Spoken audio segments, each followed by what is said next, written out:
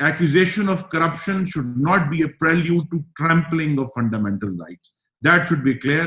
جو بالکل میں نے آخری بات کرنی ہے وہ یہ ہے کہ کل دوپہر کو اسپیکر صاحب نے میٹنگ کال کی ہوئی ہے, اس سے پہلے پی ایم ایل این بھی اپنی میٹنگ کرے گی.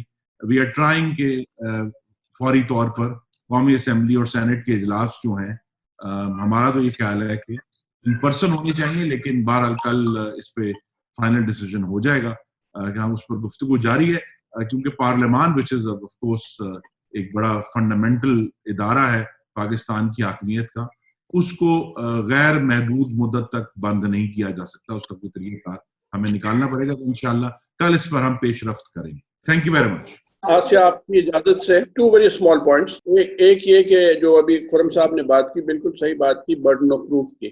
تو جو میں نے تجاویز آپ کے سامنے جو پیش کی ہوئی ہیں اس میں یہ لکھا ہوا ہے کہ جو سیکشن 14 ہے جس میں برڈن آف پروف ٹرانسفر ہو جاتا ہے کہ جی جب نیب ویسے ہی نہیں کوئی ثابت کر سکتا تو وہ کہتا ہے جی یہ تو ہم نے تو بتا دیا کہ احساس اتنے, آمدن اتنے, آپ یہ جسٹیفائی کریں, تو یہ ختم ہو جانا چاہیے, یہ قانون سے نکال دینا چاہیے. دوسری بات جو اعظم صاحب نے کی کہ کمیشن کی کس طرح تفصیل ہونی چاہیے کہ صوبوں سے لے وغیرہ وغیرہ, تو وہ یہ ہو سکتا ہے کہ جب یہ جائے اسمبلی میں تو اسمبلی والے کہیں کہ جی پہلے اس کو کاؤنسل آف کامن انٹرسٹ میں لے جائیں, وہاں سے پاس کرا کے لائیں, بیکاز صحیح کہہ رہے ہیں اعظم صاحب کہ اس میں صوبوں کا بھی رول ہونا چاہیے.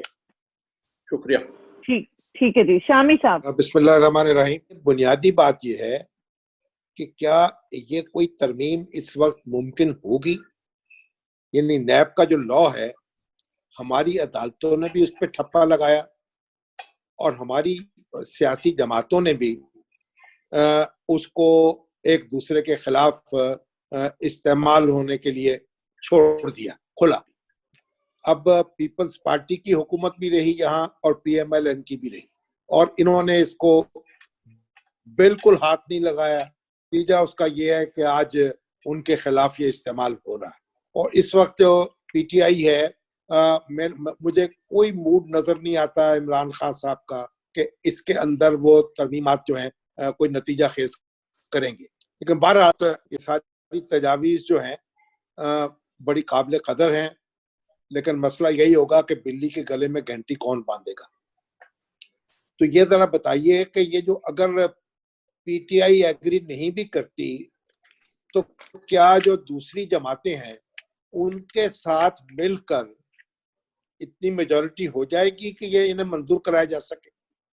ایک اس بات کا بھی جائزہ لے کے ہمیں بتائیں ذرا جو خرم صاحب کہ یہ کیا ممکن ہوگا, کیونکہ پی ٹی آئی جو ہے اس وقت اس کی واحد اکثریتی جماعت تو وہ نہیں ہے, وہ ایک کولیشن ہے. تو اس کے جو دوسرے کولیشن پارٹنرز ہیں ان کا کیا موڈ ہے, اور کیا وہ اگر مل جائیں اپوزیشن کے ساتھ تو پھر یہ قومی اسمبلی سے یہ امینڈمنٹس ہو سکتی ہیں یا نہیں ہو سکتی. اور جہاں تک دیکھیے ابھی میر شکیل الرحمان صاحب کی بات ہو رہی تھی, جس طریقے سے ان کو گرفتار کیا گیا ہے, جس طرح ان کا ریمانڈ دیا جا رہا ہے, جو اس کے مقدمے کا نہ کوئی منہ ہے نہ سر ہے, میرے خیال ہمیں اس کا بھی نوٹس لینا چاہیے. اور پاکستان کی تاریخ, عدالتی تاریخ جو ہے اس میں اس طرح کا ریمانڈ میرا خیال ہے کہ جہاں کچھ ہے ہی نہیں ہے ریکارڈ پر, اور ابھی کہہ رہے ہیں ریکارڈ لینا ہے ہم نے ایل ڈی اے سے, اور ریمانڈ پہ ریمانڈ دیے جا رہے ہیں. تو یہ بھی ایک, اس کا بھی ہمیں نوٹس لینا چاہیے جب ہم آپ سے اکٹھے ہیں, کوئی اس پہ ریزولوشن کرنے کی ضرورت ہے. تو یہ اصولی باتیں میں نے عرض کرنی تھی. باقی تو جو کچھ تجویز کیا گیا ہے وہ اپنی جگہ بڑی اہمیت رکھتا ہے, اور اگر اس کے قانون کو بدلا جا سکے, جو نظر آتا ہے کہ جب پی ٹی آئی اس کو اپنے مخالفوں کے خلاف استعمال کر رہی ہے یا یہ اس کے مخالفوں کے خلاف استعمال ہو رہا ہے, چلیے اس کی مرضی کے خلاف ہو رہا ہو یا بغیر ہو رہا ہو, مگر وہ اس وقت یہ ریلیف کیسے ملے گی, اور یہ ممکن نظر نہیں آ رہا. بلال صاحب, I'd like to request you now manage the Q&A. ایک تو سوال میں شاید حامد صاحب نے جو ترامیم ریکمینڈ کی ہیں ان میں دیکھ رہا تھا کمیشن کی کانسٹیٹیوشن میں ان کا خیال یہ ہے کہ ایک جنرل بھی شامل ہونے چاہیے. میرا سوال یہ تھا کہ جبکہ نیب کے دائرہ کار میں فوج تو آتی بھی نہیں ہے, تو ہم فوج کے جرنیل کو اس کمیشن کا رکن کیوں بنانا چاہتے ہیں؟ اور دوسری بات یہ ہے کہ یہ جو چیئرمین کی اپوائنٹمنٹ ہے, اگرچہ یہ ایک بہت اتنی اہم نہیں رہے گی اگر باقی ترامیم منظور ہو جائیں, لیکن ہم نے یہ دیکھا ہے کہ ماضی میں جب حزب اختلاف اور حزب اقتدار دونوں کے مشورے کے ساتھ بھی اپوائنٹمنٹ ہوئی ہے تو اس کے نتائج بھی بڑے کوئی حوصلہ افزا نظر نہیں آ رہے. تو کیا اس کا کوئی دائرہ مزید بڑھانا چاہیے؟ 2 سوال اینڈ دین اوپن ٹو. اب باقی اعظم صاحب کچھ فرما رہے ہیں. نہیں, آپ پہلے شاید حامد صاحب دے لیں, میں وہ ریمانڈ پہ تھوڑا سا, شاید صاحب جب آپ بات کریں گے تو بہت ہارش ہے 90 ڈیز. ہاں 90 ڈیز ہم نے وہ کیا ہوا ہے, فاروق نائک صاحب والے بل میں بھی ہے, اور ہماری تجویز تھی کہ ادھر اسے 16 دن 14 دن جو رواجن ہمارے چل رہے ہیں میکسیمم 30 ڈیز ہو, یا 90 days is too cruel, actually it's too harsh. جی آدم صاحب, میں نے جو تجویز آپ کے سامنے, میں نے اس کا ذکر نہیں کیا جب میں پہلی مرتبہ خطاب کر رہا تھا, مگر میں نے اس میں یہی کہا ہے کہ یہ 90 دن سے اس کو کم کر کے 30 دن کر دیا جائے. جو آپ کے سامنے پروپوزلز ہیں اس میں یہ شامل ہے. دوسری بات جو انہوں نے ذکر کیا بلال صاحب نے کہ جی کیوں اس میں فوجی جنرل کو لایا جائے.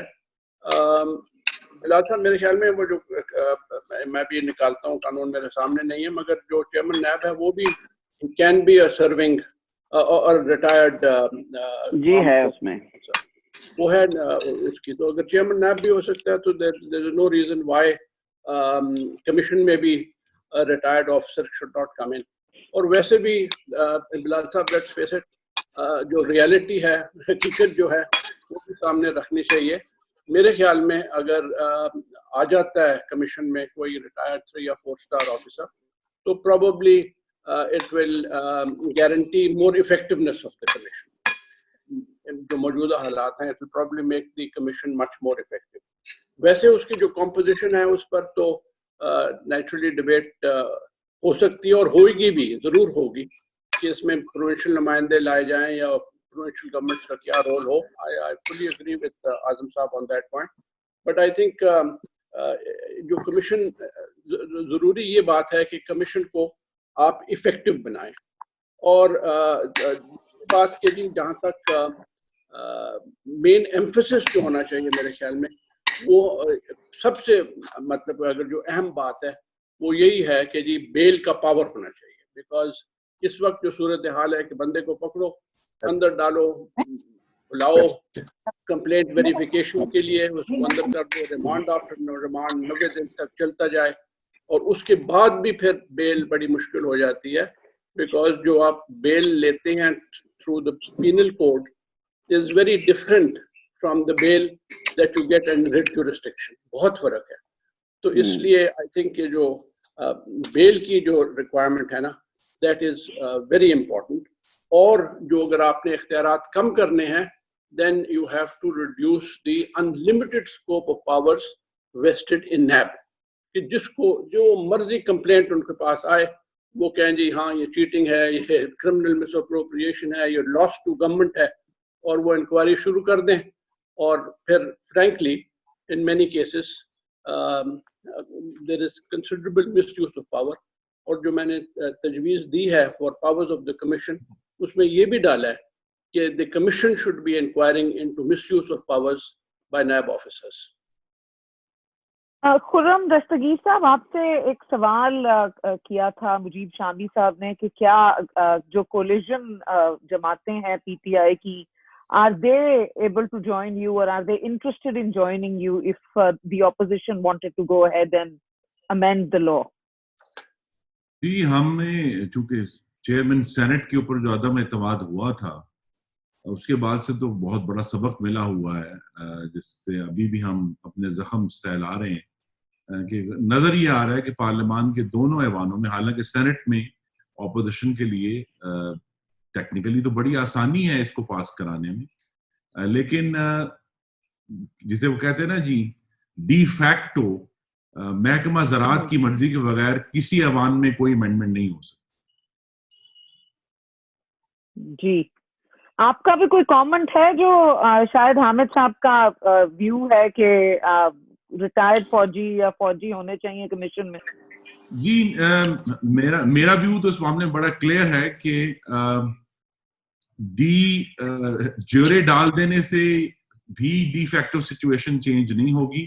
اور یہ ایشو ہمارے سامنے بڑا واضح ہم سب کو یاد رکھنا چاہیے کہ جو الیکشن ایکٹ تھا 2017 کا which was probably the largest election reform in Pakistan's history, وہ جب 2018 کے الیکشن میں نافذ العمل ہوا تو اس میں تو کوئی ریسٹرکشن اس بات پر نہیں تھی کہ election commission abdicates its authority to the Department of Agriculture. اور وہ الیکشن کمیشن نے اپنی اتھارٹی ایبڈیکیٹ کی اور ہمیں وہ 2018 کا الیکشن جو ہے وہ ہماری نظر میں چوری ہوا. تو ہم جتنے بھی قوانین بنا لیں وہاں جو ڈی فیکٹو سچویشن ہے وہ اپنی جگہ پر ہے. بٹ جو اللہ تعالیٰ نے مجھے ایک محدود تجربہ دیا ہے, کوشش یہی کرنی چاہیے کہ جب بھی قانون بنے وہ بہترین سوچ کے ساتھ بنے. اور یہ بھی سبق مل گیا ہے کہ کوئی بھی ایسا قانون جو عارضی فائدے کے لیے بنایا جاتا ہے اس نے ہمیشہ بنانے والوں کے آ کر گلے کاٹے. تو لہٰذا ایک ایسا قانون جو پاکستانیوں کے بنیادی حقوق کا احترام کرے. اور ہمیں یہ سمجھنا چاہیے کہ کرپشن کے خلاف لڑنا ہے کا مقصد یہ نہیں کہ آپ سب کو پکڑ کے جیل میں ڈال دیں. یہ طریقہ کار ہمیں جو ہے ضرور ڈھونڈنا پڑے گا اجتماعی دانش سے. And I want to add my voice to what Tarak Saab said, کہ یہاں of course there is an issue of کہ بھی federal government کس طرح اور کدھر انٹروین کر سکتی ہے even in corruption cases. تو اس کے اوپر بھی کلیئرٹی آنی چاہیے تاکہ اب آلریڈی اگر صوبوں نے اپنے اینٹی کرپشن کے محکمے بنائے ہوئے ہیں, وفاق کے پاس آلریڈی FIA موجود ہے, تو وہ نیب کون سا ایکسٹرا آرڈنری کام کر رہا ہے سوائے جو ڈرکونین پاورز ہیں ٹرمپل کرنے کی فنڈامنٹل رائٹس کی, جو FIA یا اینٹی کرپشن اسٹیبلشمنٹ کے پاس نہیں ہے. تو اس پر غور کرنا چاہیے کہ کیا نیب کو بطور ایک سیپریٹ, ایک علیحدہ ڈبیٹ ہے کہ جی ہم نے نیب آرڈیننس کیسے امینڈ کرنا ہے, but NAB's presence as an institution over and above the FIA and anti-corruption establishment is something we should be considering. ایک جب یہ ابھی خرم صاحب کہہ رہے ہیں کہ جب تک محکمہ زراعت سے بات نہیں ہوگی اس وقت تک کوئی نتیجہ خیز تبدیلی نہیں ہو سکتی, تو کیا اس کا پھر کوئی اہتمام کر رہے ہیں یہ؟ جی ہمارا اہتمام یہ ہے کہ کم از کم پیپلز پارٹی اور مسلم لیگ نون اور JUIF جو تین مین اس وقت اکائیاں ہیں پارلیمان میں, ان کے اندر کہتے ہیں نا آخری قومے اور فل سٹاپ تک اس پر کنسنسس ہو, اور آلموسٹ وہ اچیو ہو گیا ہوا ہے. تو انشاءاللہ جب وہ کنسنسس ہوگا وہ پورا, اگرچہ سینٹ میں جو نائک صاحب کا بل ہے وہ کمیٹی سے بھی پاس ہو گیا ہوا ہے, لیکن وہ جو ایک ڈاکیومنٹ ہے آئی تھنک ابھی نہیں تو انشاءاللہ فیوچر میں ہمارے کام آئے. شاید حامد صاحب کی بات آسیہ میں آگے کر رہا ہوں, جو کرم صاحب نے ابھی انہوں نے کی کہ جہاں پہ یہ لوگ ہوتے ہیں وہاں پہ قانون کی تشریح فرق ہو جاتی ہے. ایک مقدمہ میں اور شاہد صاحب کر رہے ہیں, 2 معصوم بچے ہیں 4.5 سال سے پینڈنگ ٹرائل جیل میں ہیں کیونکہ DHA لاہور اس میں مدعی ہے 4.5 سال سے, اور ابھی تک ایک گواہ نہیں لکھا گیا اس کیس میں. 4.5 سال سر آپ زبان سے کہہ لیتے ہیں, لیکن 4.5 سال رہنا اور ہونا یہ ہے کہ انہوں نے بری ہو جانا ہے جس دن یہ کیس ختم ہونا ہے, کیونکہ وہ کیس ہے ہی کوئی نہیں ہے. تو خدارہ سب سے ضروری جو ہے نا لوگوں کی جو آزادیاں ہیں لبرٹیز, اس پہ پارلیمان کو بھی شور آواز بلند کرنی چاہیے اور سول سوسائٹی کو بھی, کہ خدا کے لیے لوگوں کی جو آزادیاں ہیں ان سے اس طرح نہ کھیلے. سب سے جو بنیادی ہے وہ پاورز آف اریسٹ اور بیل کے اوپر کام ہونا چاہیے. میرے خیال میں جو اعظم صاحب نے کہا ہے نا اس پر غور کیا جائے کہ لبرٹی آف دا سٹیزن, تو ایک تو سب سے زیادہ stress I think should be کہ جی آپ کسی کو گرفتار نہیں کر سکتے جب تک کہ انویسٹیگیشن سٹیج نہ آ جائے, یعنی کہ جب تک پرچہ نہ درج ہو جائے, دیٹ از دا منیمم. اور وہ بھی میرے خیال میں جو پاور ہے شوڈ بی کنٹرولڈ, یعنی کہ جی بس پرچہ ہو گیا تو آپ نے کسی کو گرفتار کر لیا, کوئی نہ کوئی ٹھوس ثبوت ہونا چاہیے تب تک اس سے پہلے کہ آپ کسی کو پکڑیں. دوسری, the power of bail. Power of bail must be there. اور یہ نہیں کہ جی ایک دفعہ آپ نے پکڑ لیا تو بس پھر وہ جس طرح اعظم صاحب نے کہا 4.5 سال سے وہ رلتا رہے. اور تیسرا اور چوتھا جو پوائنٹ وہ میں کہنا چاہتا ہوں کہ برڈن آف پروف جو ہے وہ that should always be on the prosecution. یہ نہیں کہ جی آپ کہہ دیں کہ جی ہم نے جو پیش کر دیا اب یہ خود ہی ثابت کرے کہ یہ بے گناہ ہے. اور چوتھا اور فائنل کہ یہ جو اس وقت جو ان کو وائڈ پاورز ہیں روونگ انکوائری کے, جو مرضی چاہیں وہ کوئی بھی کمپلینٹ ہو اس پر وہ شروع کر دیں, انکوائری شروع کر دیں, تفتیش شروع کر دیں. اس کو میں محدود کرنا ہے, پرائیویٹ پرسنس کو تو نکالیں اس میں سے. سر ایک چیز ایڈ کر دوں اس میں ود یور کائنڈ پرمیشن کہ سم ہاؤ جو مہذب ملکوں میں ہم بڑی ان کی بات کرتے ہیں, ایک انکویسٹ کا میکنزم ہوتا ہے کہ بھی پرچہ درج ہونے کے 2 یا 3 دن بعد all the evidence is gathered in front in which all the accused also has the right to present himself and a judgment is made whether this case shall go forward or not. ہمارے ہاں یہ ہے کہ وہ judgment ہوتی ہی نہیں ہے اور وہ 4 سال سے لوگ جیلوں میں پڑے ہوئے ہیں. Let me be very clear, اس گورنمنٹ کے ذہن میں تو the arrest is the punishment not the eventual. نہیں, یہ مائنڈ سیٹ یہی مائنڈ سیٹ ہے.